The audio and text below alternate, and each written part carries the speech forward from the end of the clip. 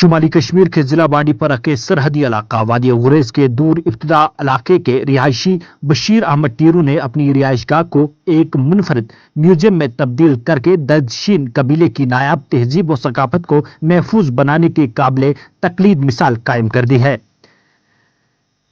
کلشے گاؤں کے رہائشی اور محکمہ صحت میں ملازم بشیر احمد ٹیرو نے کووڈ-19 وبا کے دوران یہ مشن شروع کیا، جب وہ گریز کے مختلف علاقوں میں اپنی پیشہ ورانہ خدمت کو انجام دے رہے تھے۔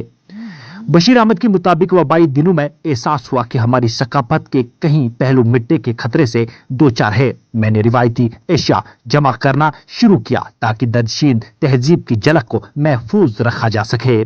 اس گرنما میوزیم میں اس وقت قریباً 450 سے زائد نایاب نو ادرات موجود ہے، جن میں روایتی خواتین کے زیورات، لکڑی اور گھاس کے جوتے، قدیمی لباس اور پرانے زرعی آلات شامل ہے۔ یہ تمام اشیاء گریز کی صدیوں پرانی طرز زندگی اور ثقافتی ورثے کی کہانی بیان کرتے ہیں۔ علاقے کے باسیوں نے اس اقدام کو بے حد سراہا۔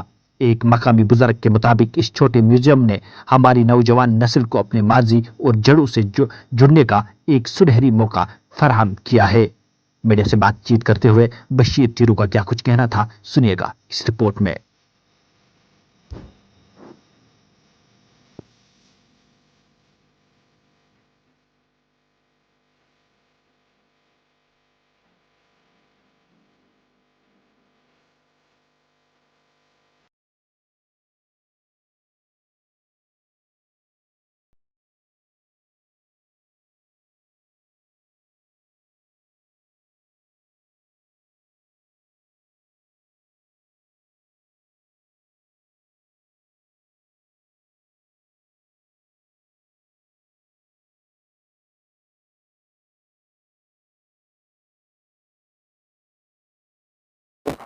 میں بشیر احمد ٹیرو گریز اور وادی گریز کے تلیل کے کلشی علاقے کا رہنے والا ہوں۔ میں نے یہ میوزیم 2020 اگست سے میں نے اس کا کام شروع کیا۔ میرے گھر میں میری والدہ کے پاس 75 آئٹمز تھے، ان سے میں نے شروعات کی۔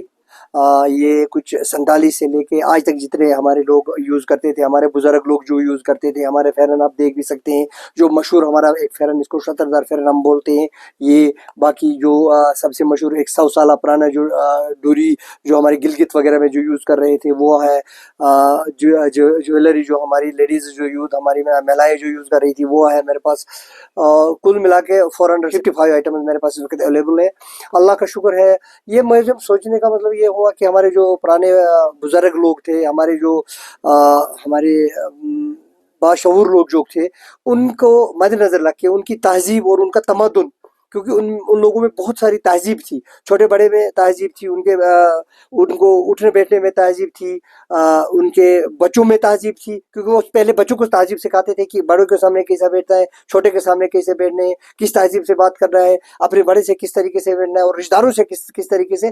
وہ لوگ جو تھے وہ بالکل ان کے پاس پیسہ کم تھا لیکن ان کا دل بڑا تھا۔ ان کے پاس مہمان آتا تھا، 10 دن مہمان رکتا تھا، وداؤٹ مطلب جو گھر میں تھا وہ ان کے پاس مال مویشی تھی، وہ کاٹ کے ان کو کھلاتے تھے، اور ان پہ بہت زیادہ مطلب تہذیب تھا، اور ایک آپس میں مل بانٹ کے کھاتے تھے جو کچھ تھا۔ یہ نہیں تھا کہ میں دولت کماؤں گا، ان کے پاس دولت یہ تھی، ان کا اخلاق تھا۔